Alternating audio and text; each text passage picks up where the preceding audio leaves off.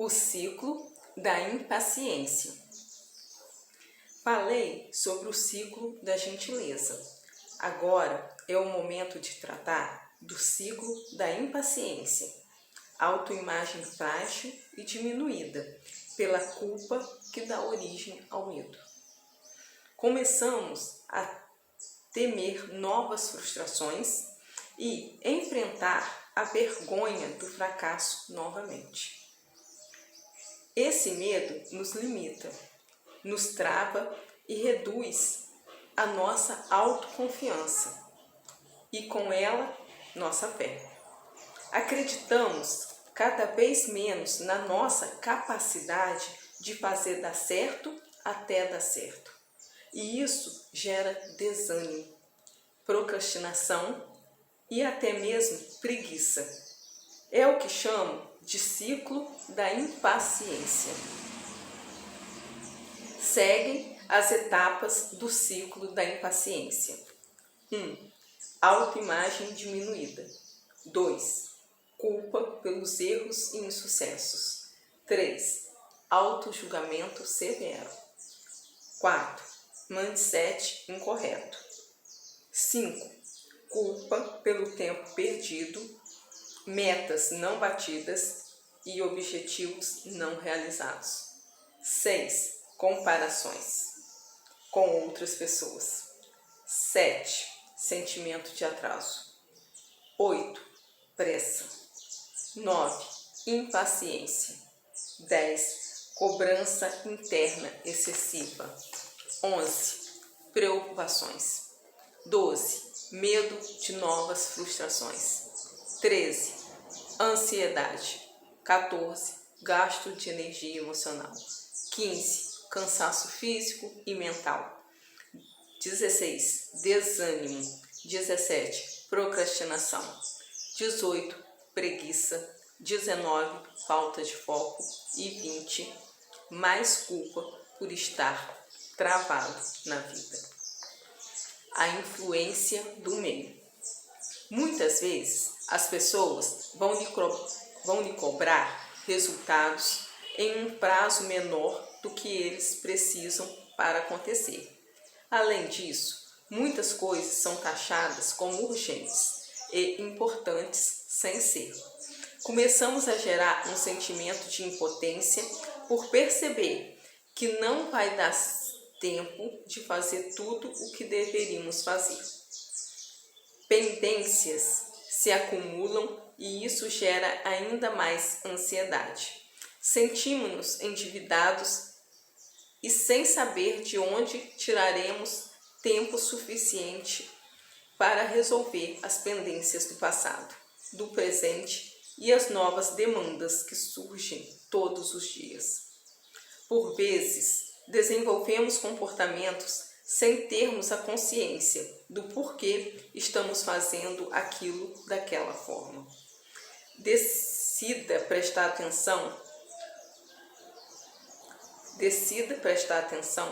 para a impaciência das pessoas e do meio em que você vive e use a sua paz de espírito para manter lá fora o que não é seu. Talvez algumas pessoas tenham grandes expectativas sobre o seu sucesso profissional e financeiro.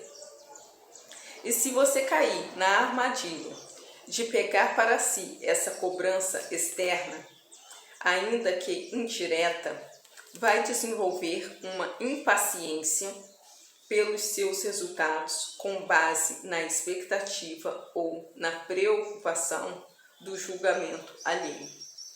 A expectativa é deles, não sua.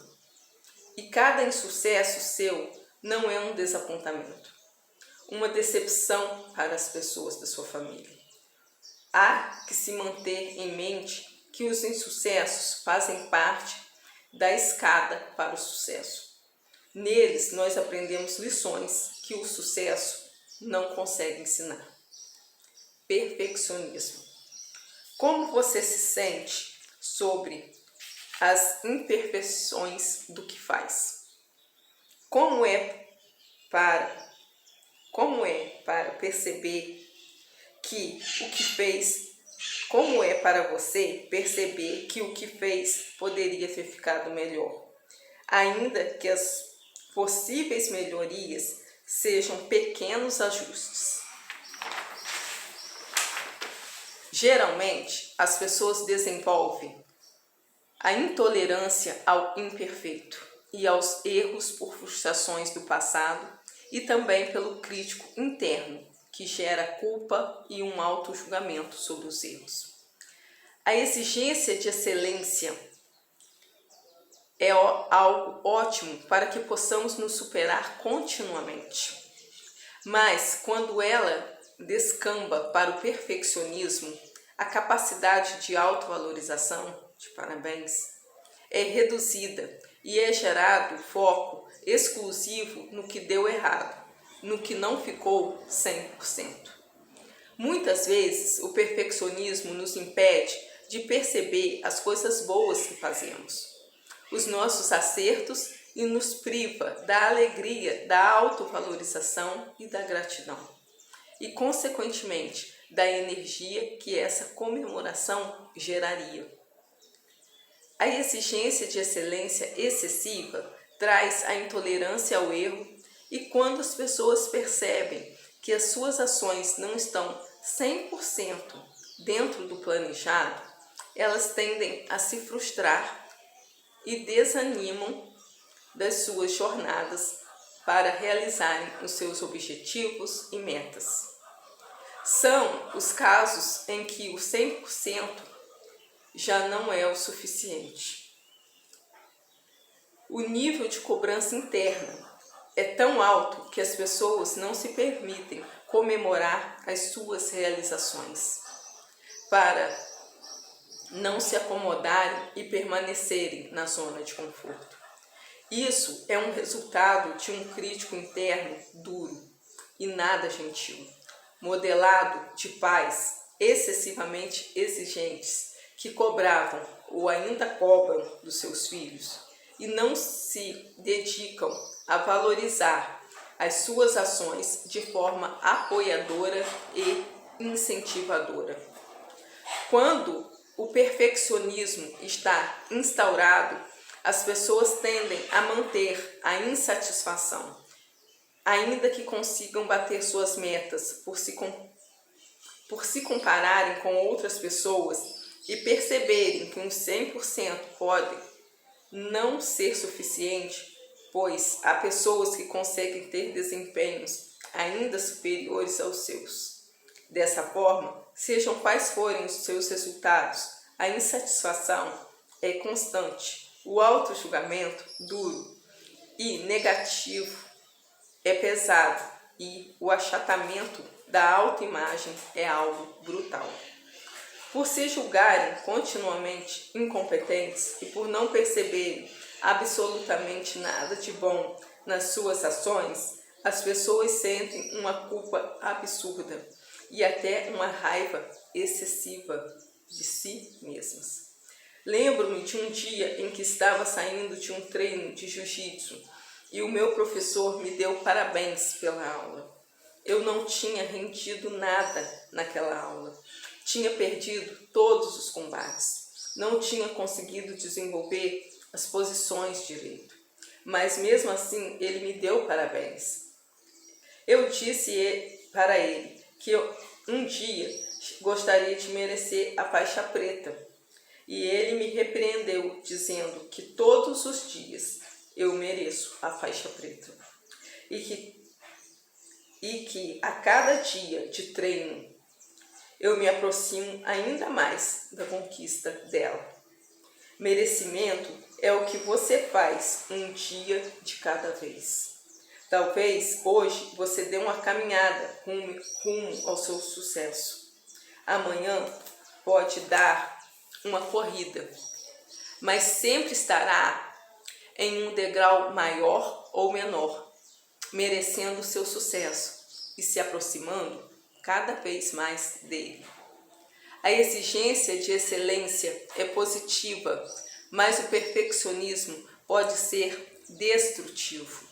Os 5 recursos da imunidade emocional podem lhe ajudar bastante para lidar com o perfeccionismo, mantendo a exigência de excelência e encontrando o equilíbrio entre a busca contínua pela superação dos seus limites e a gentileza de valorizar os resultados até então obtidos.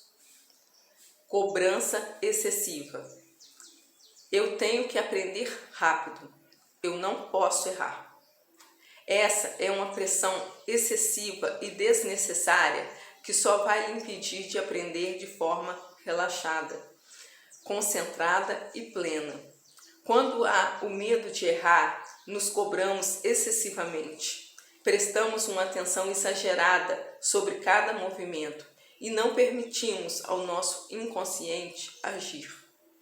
Essa tentativa excessiva para tentar acertar nos faz desperdiçar uma energia preciosa e reduzimos a nossa capacidade de ação. Quando um experiente pianista está tocando, o seu único foco é em relaxar e sentir a música. Não há uma preocupação sobre as notas ou com a partitura. Ele simplesmente deixa a música acontecer e permite que os seus dedos fluam sobre o piano. Quando uma experiente dançarina está no palco, ela treinou tanto aquilo que na hora do espetáculo basta relaxar e permitir que a dança flua. Se ela calçar a sapatilha com medo de errar e tentando analisar conscientemente cada movimento, certamente terá muito mais chances de errar. Essa cobrança excessiva acontece quando o seu crítico interno, que não está com um mindset apoiador, fala baixinho no ouvido do seu realizador interno. Cuidado para não errar. Essa cobrança instala o medo de errar no realizador, que vai prestar toda a atenção do mundo e usar toda a sua energia para não cometer erros. Mas, infelizmente, é justamente o evitar os erros excessivamente que os provocam. Quando o crítico interno está com um mindset apoiador, ele incentiva o realizador interno de uma forma equilibrada. Relaxe e permita-se fazer o melhor que puder. É como se o crítico colocasse a mão no ombro do realizador e pedisse para ele não pensar sobre acertar ou errar, ganhar ou perder, apenas recomendando que respire e sinta os seus movimentos. Como abordamos na presente obra, todo medo do futuro deriva de um momento de frustração e geralmente de culpa do passado. Quando o realizador executa a sua ação, o crítico precisa ter um mindset apoiador. Parabenizar, ajudar o realizador a aprender com os erros com gentileza e a evoluir, focando no próximo movimento, nas próximas ações, sem culpa, sem auto-julgamento severo. Vejo muitas pessoas preparadas para fazer uma prova, por exemplo, que estudaram bastante, se dedicaram por anos e no momento da prova entram no local dela com uma cobrança excessiva, com um crítico interno gritando na sua cabeça: você não pode errar. Nessa situação, o medo toma conta do realizador e a insegurança é evidente. A ansiedade cresce tanto que chega ao ponto de provocar distúrbios físicos. Já tive notícia de pessoas que vomitaram sangue pela ansiedade excessiva em uma prova. Muitas acreditam que precisam se cobrar de forma excessiva para conseguir alcançar os seus objetivos de vida. Elas carregam a crença de que os resultados se conseguem na pressão, usando a ansiedade como uma forma de se obrigar a ter disciplina. Porém, essa ação gera um desgaste absurdo. Recomendo o livro O Jogo Interior de Tênis, de Timothy Geithner, sobre as práticas de modelagem para aprendizagem.